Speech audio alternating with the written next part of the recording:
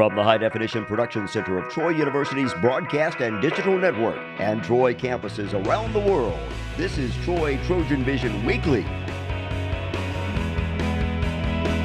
Hello and welcome to Troy TrojanVision Weekly. We're glad you joined us for this look at what's happening in and around Troy University. I'm your host, Aaron Taylor. Well, Troy University celebrated homecoming this week in a day filled with activities. Started with a parade through downtown Troy. Dustin Allen gives us a look. Members of the Troy community lined the streets of downtown Troy Saturday to catch a glimpse of the colorful floats, wave to the beauty queens,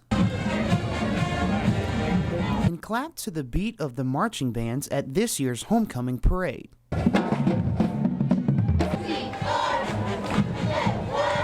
I asked a few of those attending what stood out the most. Oh, the parade was very good. I enjoyed it. I really enjoyed the Delta Chi, I think it was, that had the fly high number 10 for Charles Henderson High School.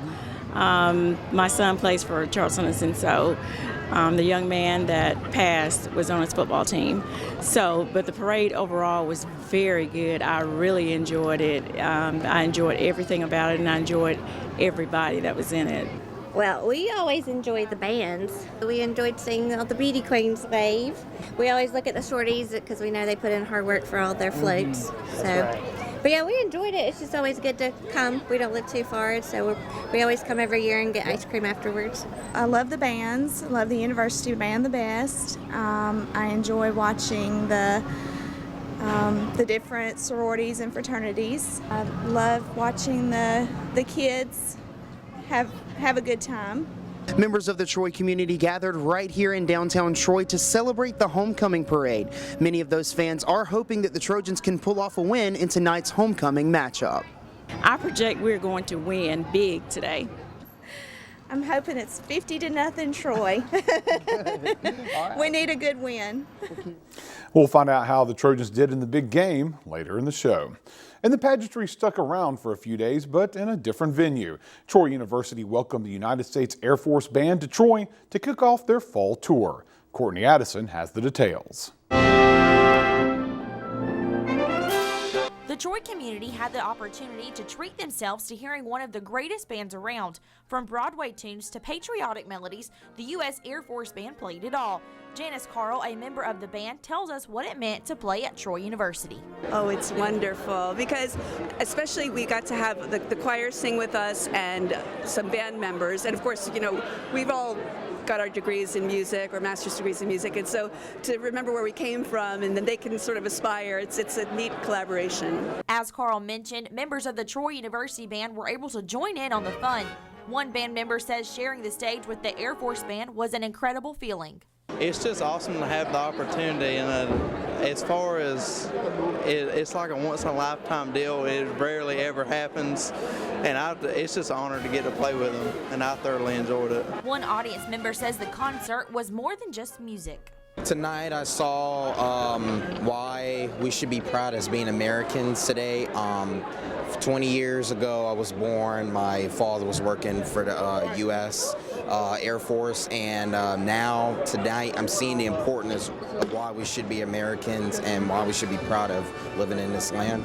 And what were some of the favorite moments of the performance? I really like the patriotic music that we do at the end when we can thank the veterans and thank the active duty members, their families, and just, you know, give back and be able to be in the community and let them see the Air Force and know that we support them. My favorite part was A Night in Broadway when they performed The Lion King, and another performance I love was 76 Trombones, because I'm a trombone player, and I enjoy listening to that tune every single time. Definitely the Broadway, that was awesome.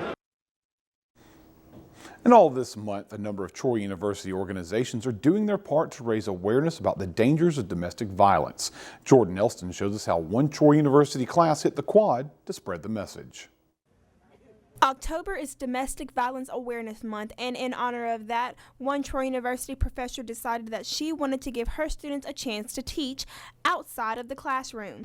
This is my victimology class that I teach every semester. We are doing a domestic violence symposium to promote awareness about domestic violence.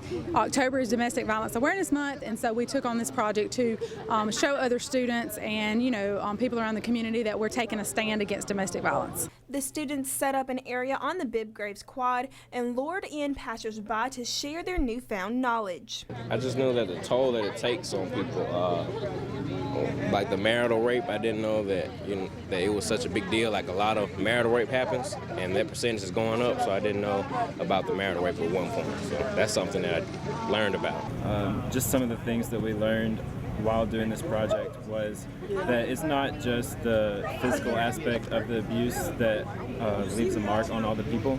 It's also emotional abuse as well as psychological abuse.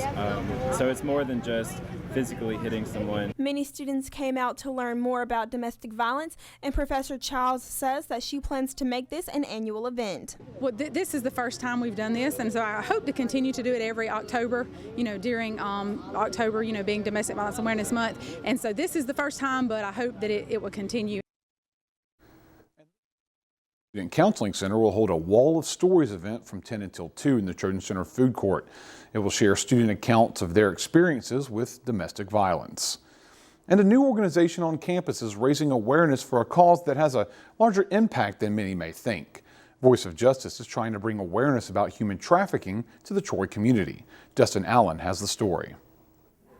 Troy Voice of Justice invited students and members of the community to the showing of a documentary that can open their eyes to things happening in our country that they might not be aware of.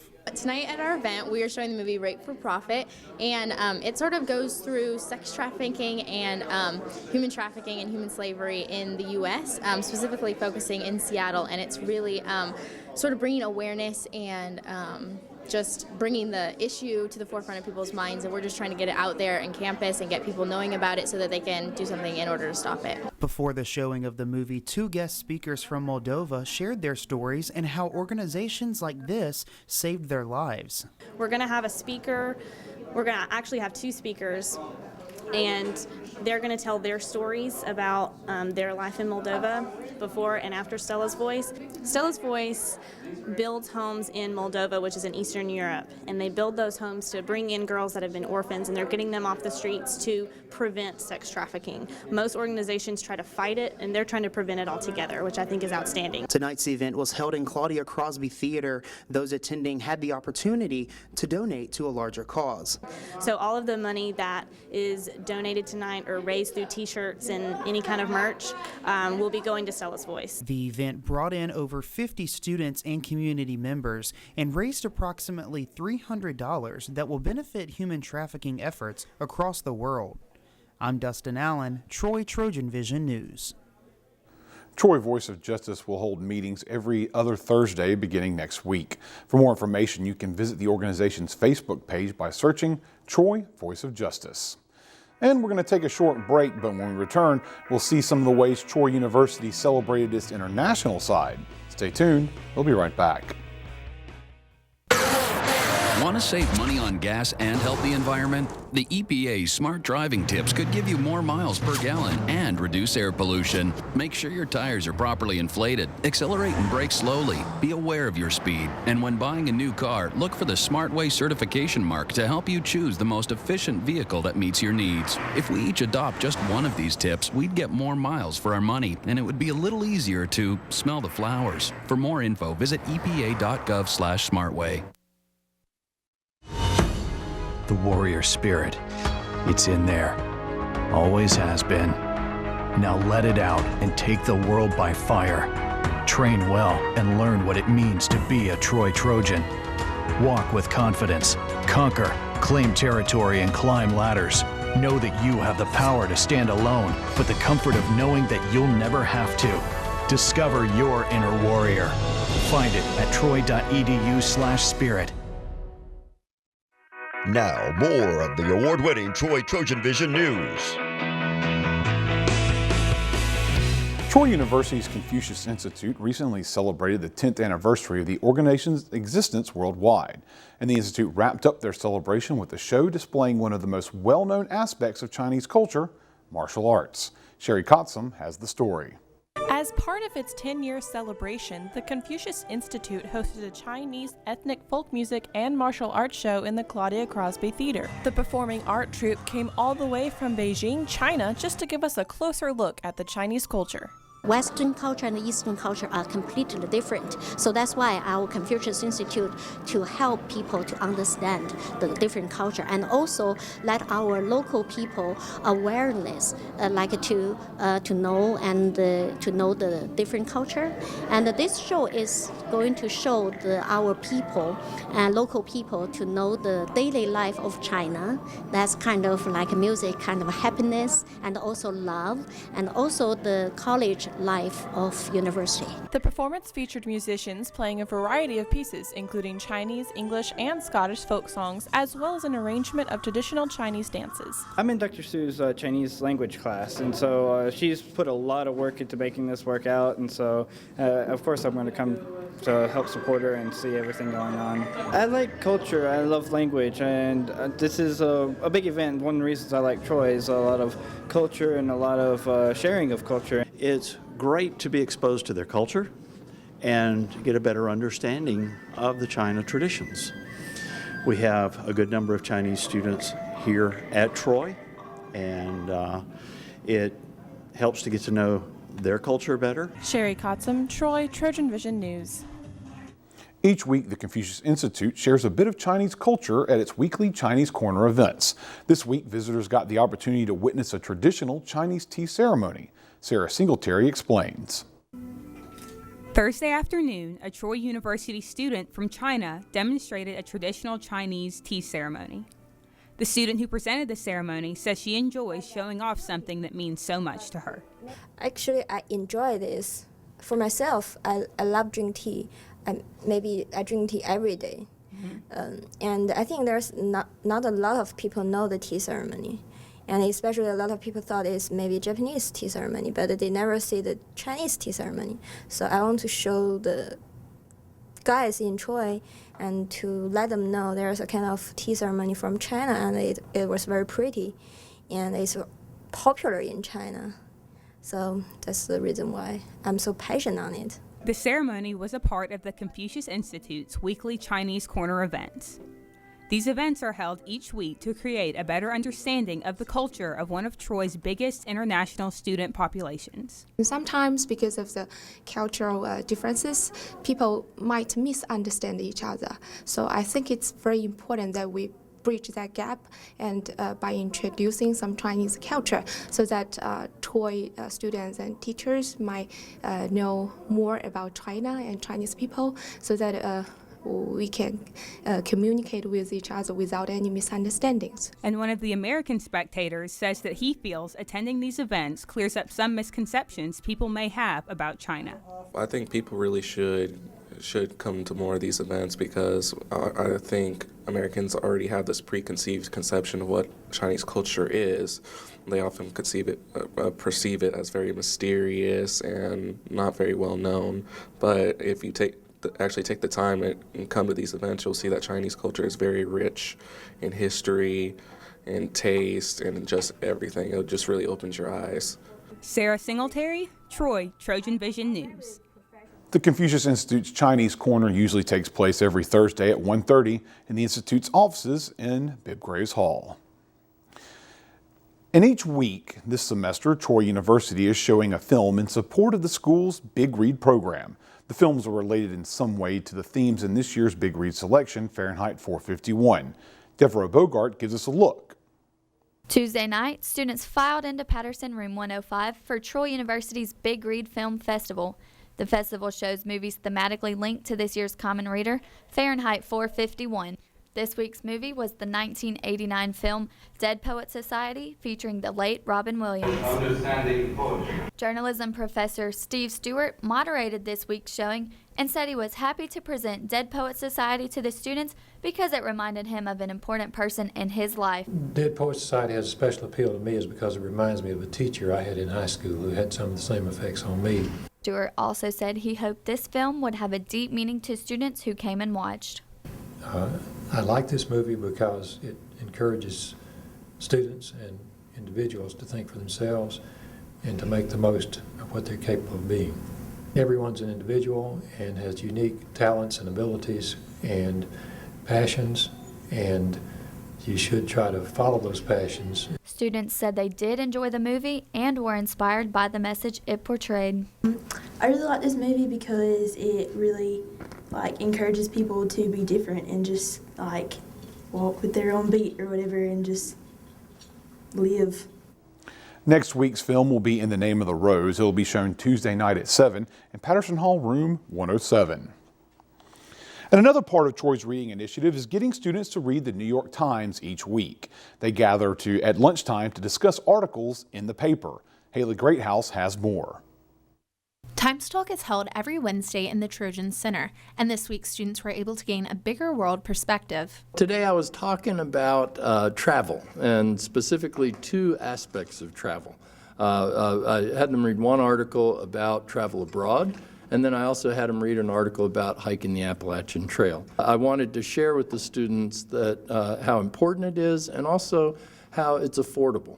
This speaker had a unique connection to the New York Times. I grew up just outside New York, and I'm probably the only person here that used to deliver the New York Times as a kid. So I actually worked for the New York Times a long, long time ago. McCall says having the New York Times is a great resource for students. The New York Times affords an opportunity to read an internationally famous news source, and our students can pick it up and just put it under their arm and read it when they have a moment. And he believes some of the most important learning comes outside of the classroom. One of the key things about reading a newspaper, you could have 10 different students and faculty read the New York Times, and you can have 10 different interpretations.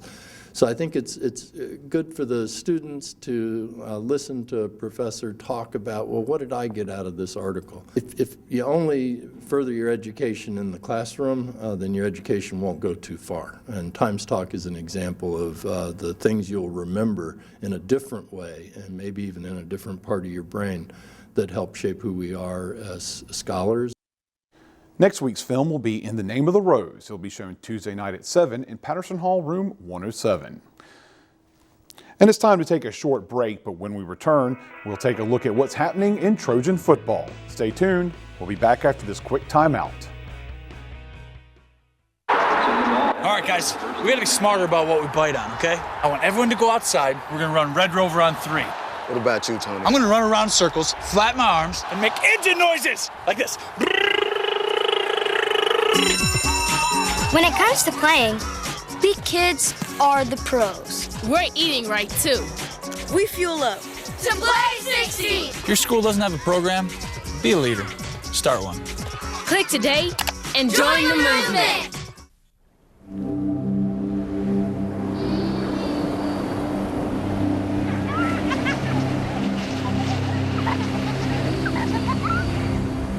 Every time you purchase a fishing license or register your boat, you're helping to preserve our nation's coastlines, lakes, rivers, and streams, protecting memories for generations to come.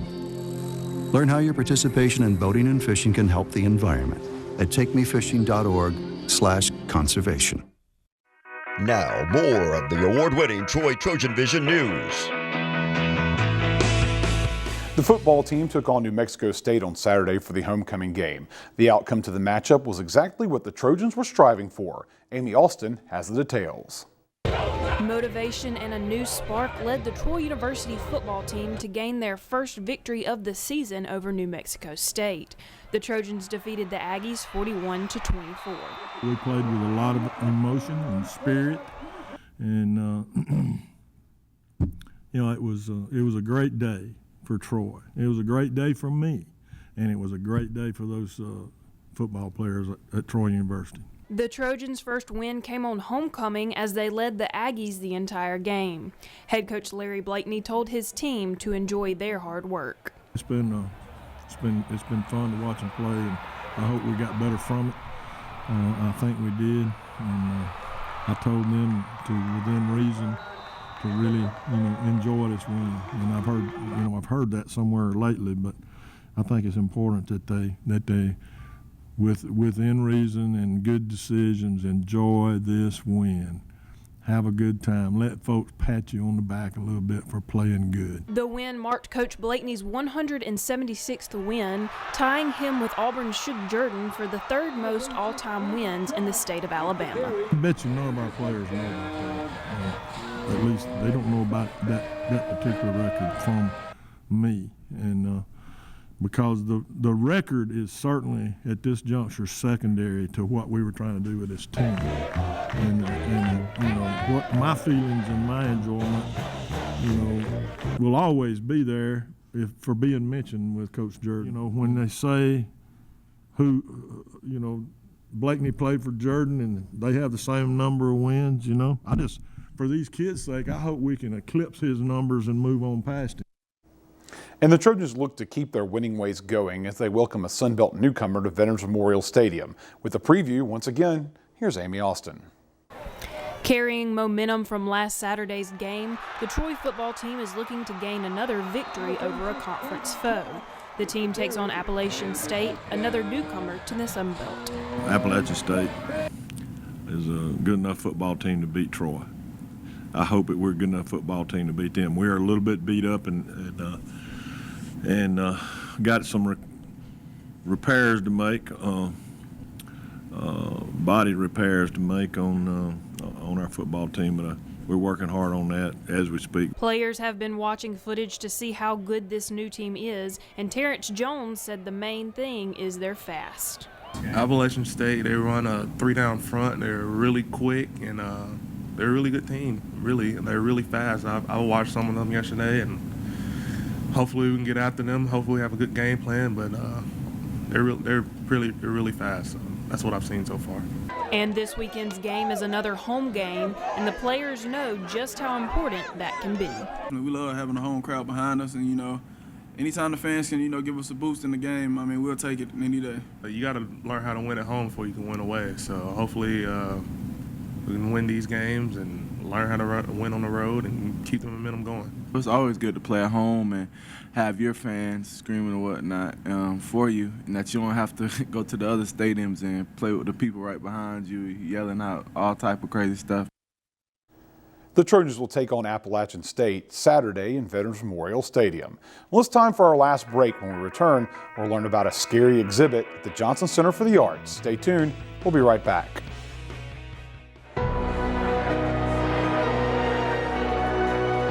This is Dr. Daniel Smith.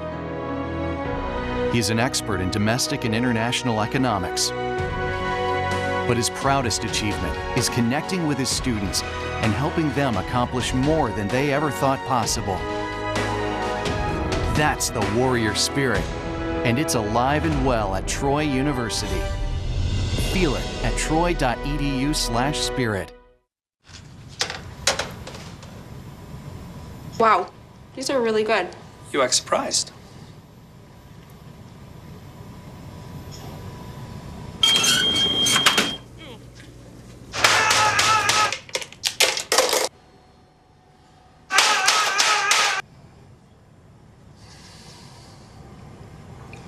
Practice makes perfect. You don't have to be perfect to be a perfect parent. There are thousands of teens in foster care who don't need perfection. They need you. Now, more of the award-winning Troy TrojanVision News. Just in time for Halloween, Troy's Johnson Center for the Arts has a scary exhibit on display. Recently, I sat down with members of the Johnson Center staff to learn about this new exhibit. Hello and welcome to Trojan Talk. I'm your host, Aaron Taylor.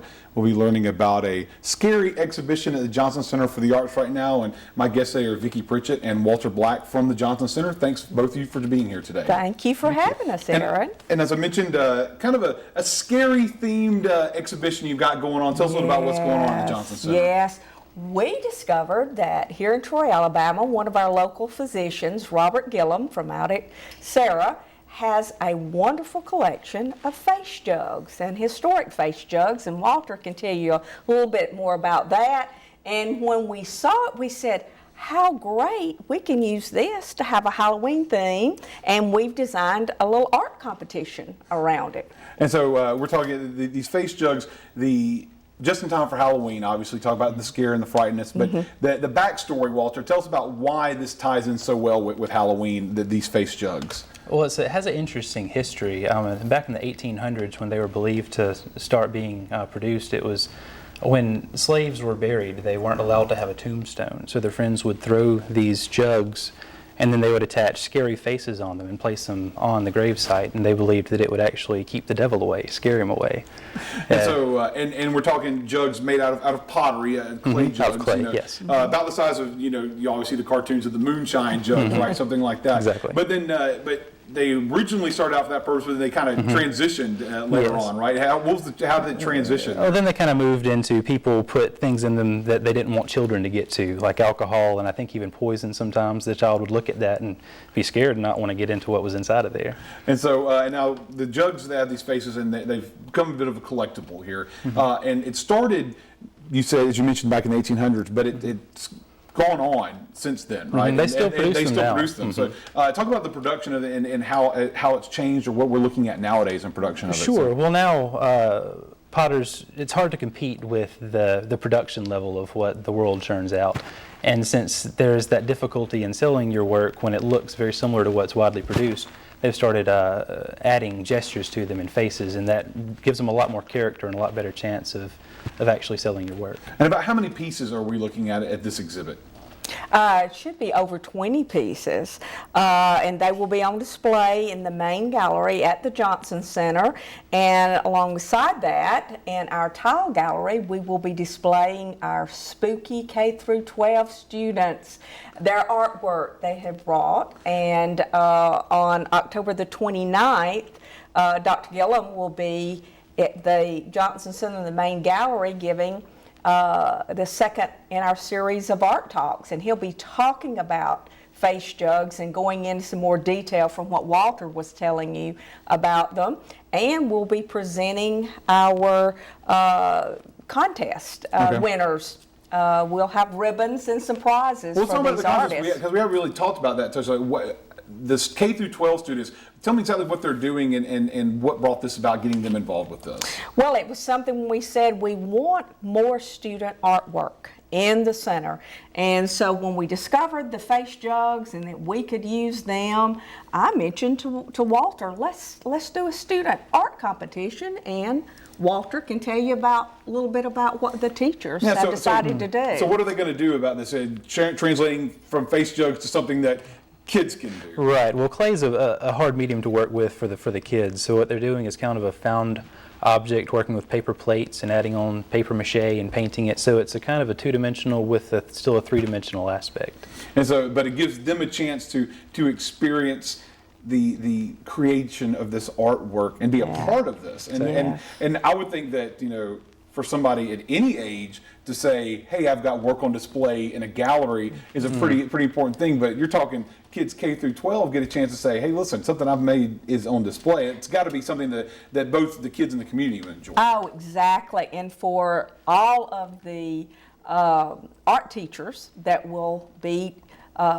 putting in work of their students, we're inviting the top 3 of their students and the teachers to come to the Johnson Center on October the 29th, get to hear Dr. Gillum, and stay over for pizza, for lunch, and receive a prize, an award. And folks can actually see the people who produced the award-winning work. Yes. So they'll get to see it. Not a lot of people get to meet face-to-face with an award-winning artist. That's right, and they're going to. And they get a chance to. Now, anyone who wants to see this exhibit, tell us about when it's running.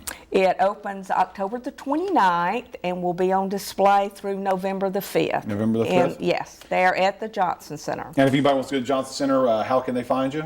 We are 300 East Walnut Street, right off the square, the old post office. Okay. A lot of people know it, and we're open to the public Wednesday through Saturday, 10 until 5. All right, well, here's hoping some folks check out some spooky face jugs just in time for Halloween. Right. So I want to thank both of you for coming today, and hope the exhibit gets, I guess, a lot of students and the public involved with the Johnson Center. Thanks for joining me today. Thank you. Thanks, Aaron, for having us. And thank you for joining us on today's edition of Trojan Talk.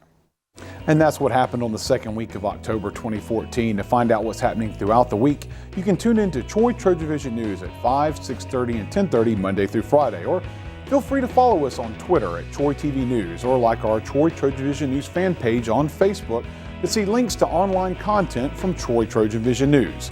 We hope you join us again next week for another edition of Troy TrojanVision Weekly. Have a good week.